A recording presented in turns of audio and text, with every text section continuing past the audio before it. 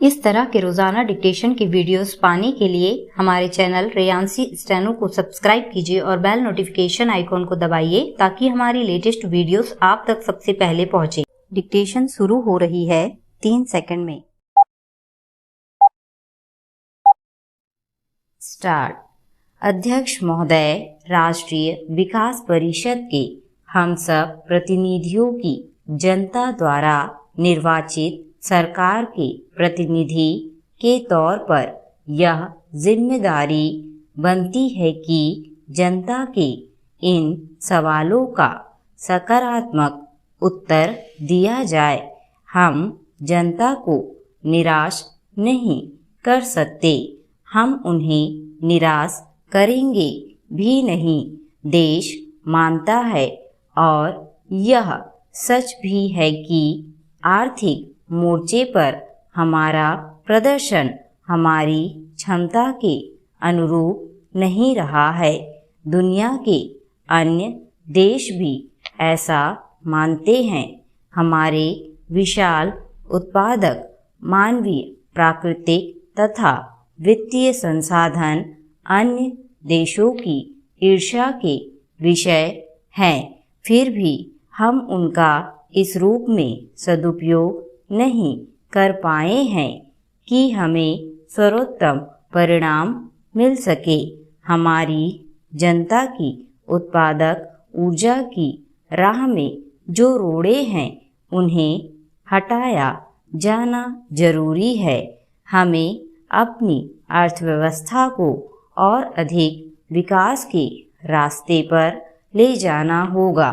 इसलिए मैंने योजना आयोग से कहा था कि वह अगले 10 वर्षों में प्रति व्यक्ति आय को दोगुना करने का लक्ष्य निर्धारित करे। मुझे पता था कि यह लक्ष्य आसान नहीं है, लेकिन यह असंभव भी नहीं है।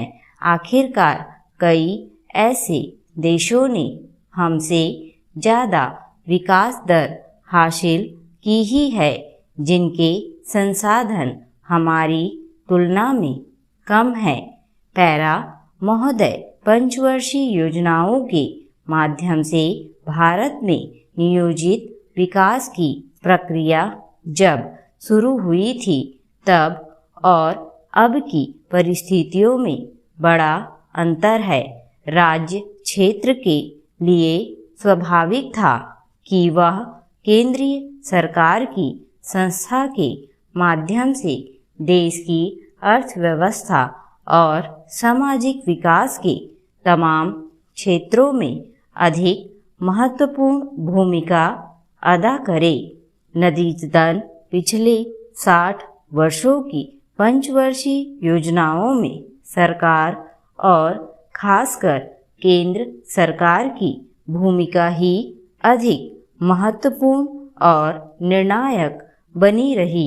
आज के भारत की तस्वीर काफ़ी अलग है। योजनाएं बनाने और विकासात्मक कार्यों को अंजाम देने के मामलों में हमारे राज्य सरकारों को भी खास अनुभव हो चुका है। पंचायती राज्य संस्थाओं के सशक्तिकरण के लिए 10 साल पहले हमने संविधान में संशोधन किया था ताकि वे विकेंद्रित विकास की इस प्रक्रिया में महत्वपूर्ण भूमिका निभा सके। पैरा अध्यक्ष जी, निजी क्षेत्र बहुत तेजी से उभरे हैं, आकार की दृष्टि से भी और क्षमता की दृष्टि से भी।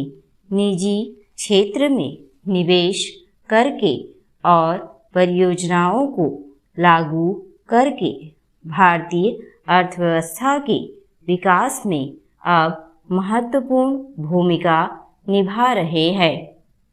खासकर 10 वर्ष पूर्व शुरू हुए आर्थिक सुधारों के बाद निजी क्षेत्रों को प्रवेश की व्यापक अनुमति दी गई है ताकि वे हमारे लक्ष्यों की प्रगति में योगदान दे सके।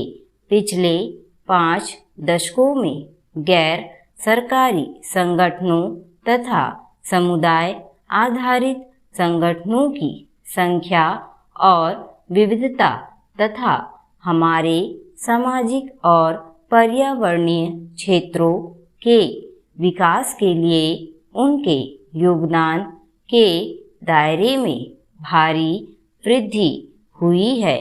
भारत में सर्वांगीण विकास के लिए यह जरूरी है कि विकास में 5 घटकों यानी केंद्र सरकार, राज्य सरकारों, पंचायती राज संस्थाओं, निजी क्षेत्र तथा गैर सरकारी और समुदाय आधारित संगठनों के बीच घनिष्ठ संपर्क बना रहे। मुझे अत्यंत खुशी है कि 10वीं योजना के प्रारूप पत्र में इस महत्वपूर्ण कमी को दूर करने का प्रयास किया गया है। स्टॉप।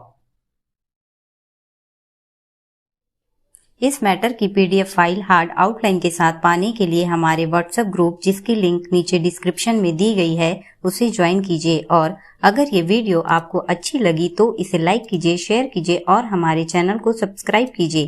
Thank you.